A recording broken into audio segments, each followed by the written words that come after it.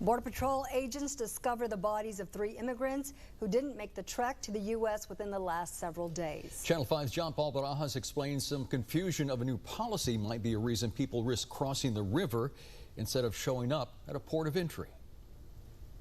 The Migrant Protocol program was put into place to slow down the flow of immigrants waiting in the States, having asylum seekers remain in Mexico. We're told the new policy is causing some confusion. Every day holds new challenges. But for Border Patrol agents, the goals are the same. Stop all illegal activity and keep everyone safe.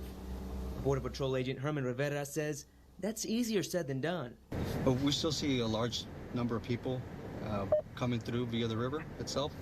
A reporter in Mexico tells us the reason why may be because of misinformation. There's a lot of testimonies that, yes, they don't know the Mexican laws, and especially the immigration laws.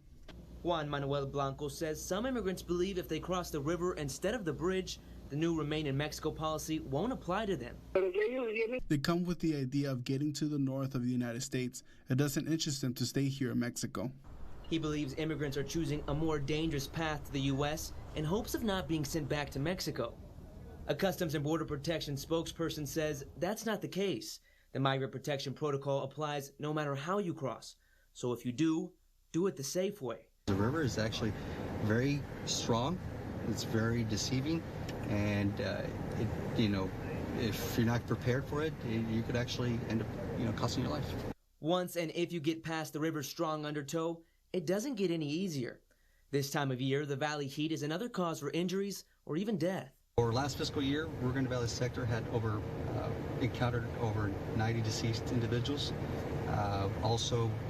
We had over 1,500 rescues. Rivera adds agents on riverine units will jump into the water for rescues and are equipped with flotation devices.